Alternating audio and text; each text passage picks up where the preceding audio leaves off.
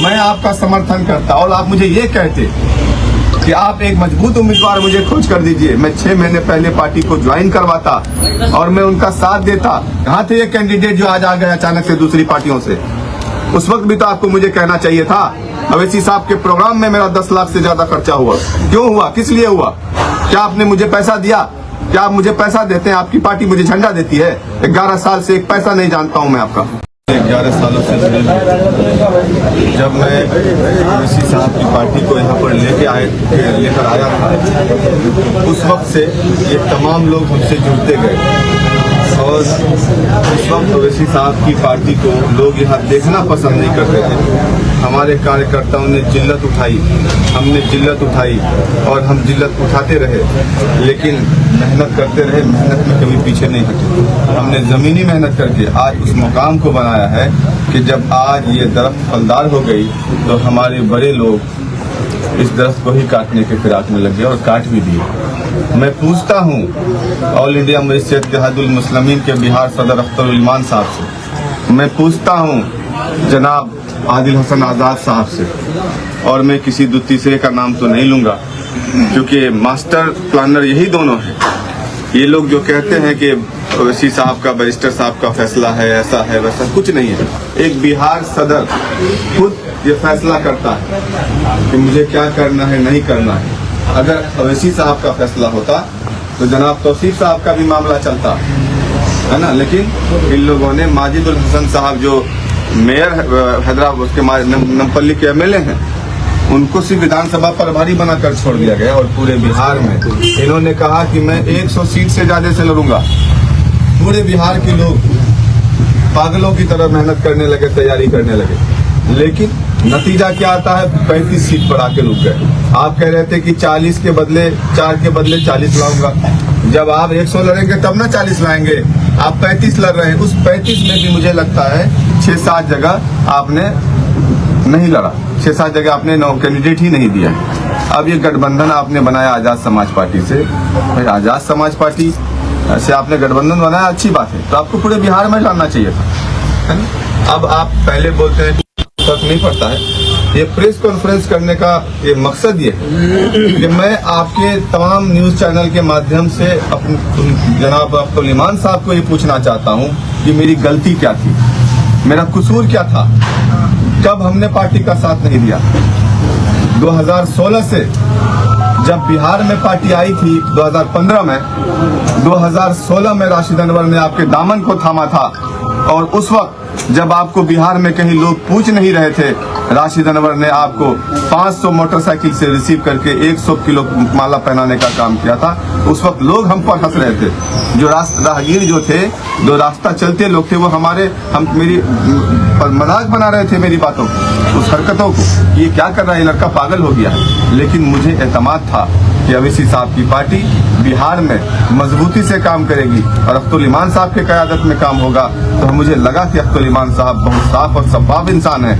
लेकिन आज 11 साल उस पार्टी ने मुझे पहली दफा 2020 में कैंडिडेट बनाया, पहली दफा जब मुझे कैंडिडेट बना, यही हुआ, यहाँ से कोई दावेदार, लेकिन पार्टी ने मुझे आखिरी नॉमिनेशन के सुबह बागडोगरा एयरपोर्ट पर मुझे टिकट देने का काम किया।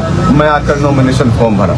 अब मैं ये कहता हूँ कि एक तरफ आबिदुर रहमान साहब जो प्रेजेंट एमएलए भी थे और कांग्रेस के उम्मीदवार थे, उनके वालिद साहब ये मिनिस्टर रह चुके हैं, दूसरी तरफ शगुफ्ता अजीम साहिबा जो जेडीयू और बीजेपी गठबंधन की कैंडिडेट थी, वो 20 साल से जिला परिषद अध्यक्षा रही हैं और उनके ससुर जी भी मंत्री रहे हैं। वहीं पर तीसरी तरफ राशिद अनवर एमआईएम से था।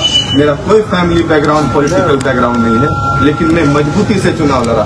एक भी स्टार कैंपेनर अररिया झांकने के लिए नहीं आया। मैं चुनाव लड़ा और पूरी मजबूती के साथ चुनाव लड़ा, हमारे कार्यकर्ताओं ने लड़ा। जबकि उस वक्त हमें बीजेपी का बी टीम कहकर बुलाया जाता था, लोग हमें डंडे से भगाया करते थे, लेकिन उस माहौल में भी हमने 14 उम्मीदवारों में से तीसरे नंबर पर तीसरा नंबर लाने का काम किया। अल्हम्दुलिल्लाह ये मेरे लिए बड़ी जीत थी। लेकिन इलेक्शन हारने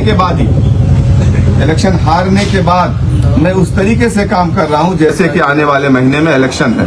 मैं पूछता हूं कि आपको 6 महीना पहले मुझे ये कहना चाहिए था कि राशिद साहब, मेरी पार्टी चाहती है कि अररिया में कोई दूसरा उम्मीदवार हो।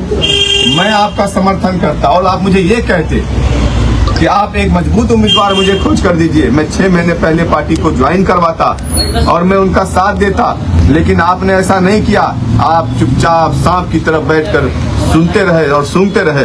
आखिर वक्त में अभी 25 तारीख को सीमांचल न्याय यात्रा के नाम से आपने सारे लोगों को परेशान करने का काम किया। आपने सारे लोगों को सड़कों पर दौड़ाने का काम किया, जो 5 दिन 20-20 गाड़ी, 25-25 गाड़ी, 30-30 गाड़ी से अवैसी साहब की काफिलों के पीछे रहे। उस वक्त भी आपने मुझे नहीं कहा। कहाँ थे ये कैंडिडेट जो आज आ गए अचानक से दूसरी पार्टियों से? उस वक्त भी तो आपको मुझे कहना चाहिए था। अवैसी साहब के प्रोग्राम में मेरा 10 लाख से ज्यादा खर्चा हुआ। क्यों हुआ? किस लिए हुआ? क्या आपने मुझे पैसा दिया? क्या आप मुझे पैसा देते हैं? आपकी पार्टी मुझे झंडा देती है? 11 साल से एक पैसा नहीं जानता हूं मैं आपका। मैं आपको कहता हूं कि आप देखिए, 2 बार लोकसभा चुनाव लड़े।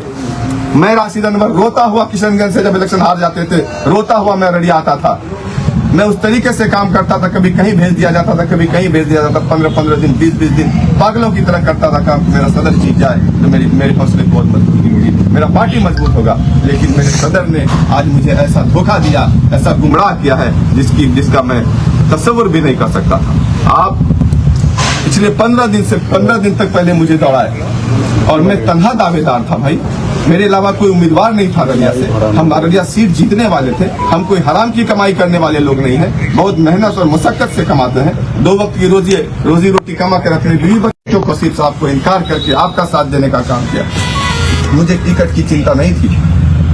मुझे ये लगता था मैं अपने सदर के साथ जुड़ा हूँ, लेकिन आप मेरे लिए कितना वफादार निकले। अब आप ये बताइए, अब्दुल ईमान साहब, आदिल हसन आजाद साहब, आप लोग ये अल्लाह रसूल इस हकदार को नहीं मिला और कांग्रेस के एक पैराशूट को दे दिया गया, तो क्या दुआ के बदौलत मिला उनको टिकट?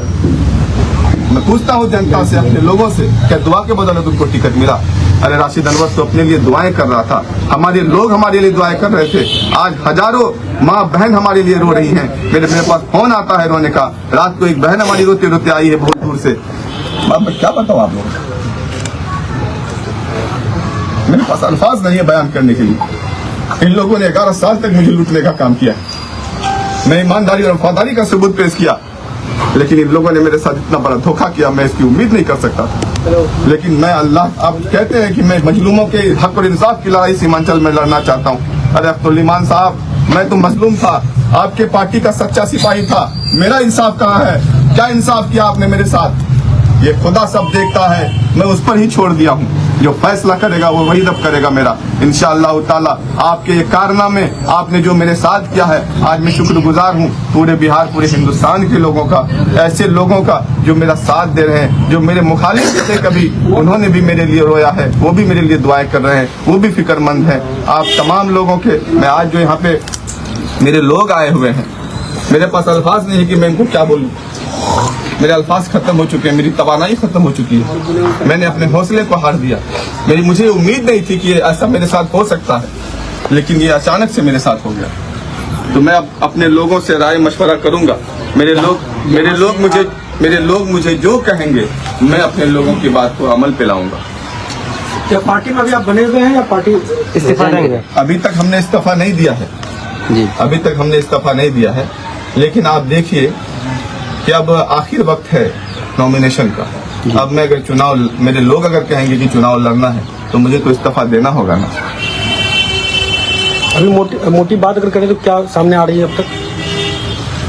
बात सामने ये आ रही है कि एक आदमी, सिंगल आदमी, तन्हा आदमी 11 साल से आपकी पार्टी का झंडा उठाया। 3 करोड़ से ज्यादा खर्चा किया 11 साल में आपकी पार्टी के लिए। आपने अलग अलग मुख्तलिफ राज्यों में मुझे भेजा। क्या आपने कभी मुझे टिकट दिया था?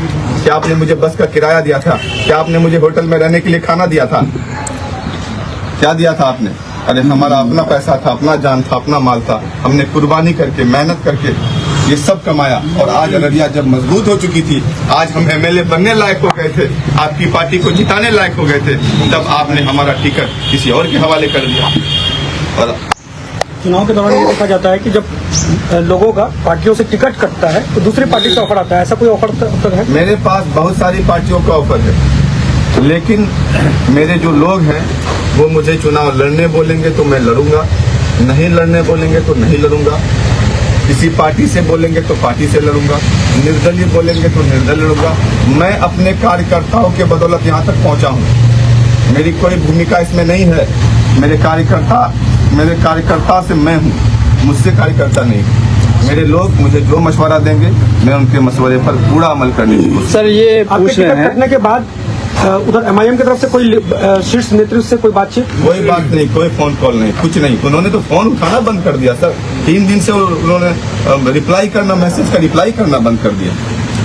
आपके बहुत से चाहने वाले अभी भी कह रहे हैं कि अभी भी कोई उम्मीद हो सकती है, तो आप जो आखिरी डिसीजन है क्या है? क्या उम्मीद की किरण बची है या कुछ फाइनल हो चुका है? देखिए, अल्लाह के हाथ में सब कुछ है। अल्लाह तो हर चीज पर काबिल कुदरत है, वो कुछ भी कर सकते हैं। मैं अल्लाह ही के ज़ात पर यकीन करता हूँ और ज़मीन पर किसी पर एतबार नहीं है अब मुझे, चाहे वो कोई भी हो। मेरे साथ जो धोखा हुआ है ना, मेरे एतमाद को इन्होंने तोड़ने का काम किया। अल्लाह की ज़ात से यकीन है, उम्मीद है। अल्लाह ने अगर कोई रास्ता निकाला तो बेशक देखा जाएगा। ठीक है, थैंक यू सर। ठीक, शुक्रिया।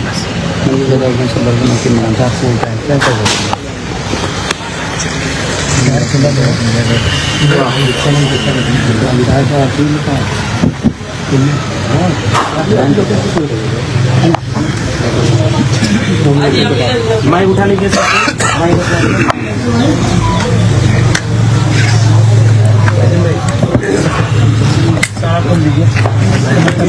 महफूज भाई माइक उठाइए।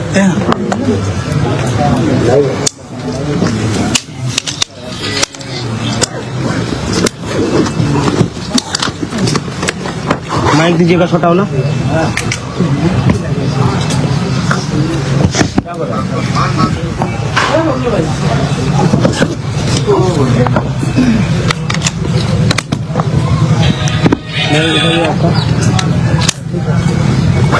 बोला आगे पढ़ना भाई।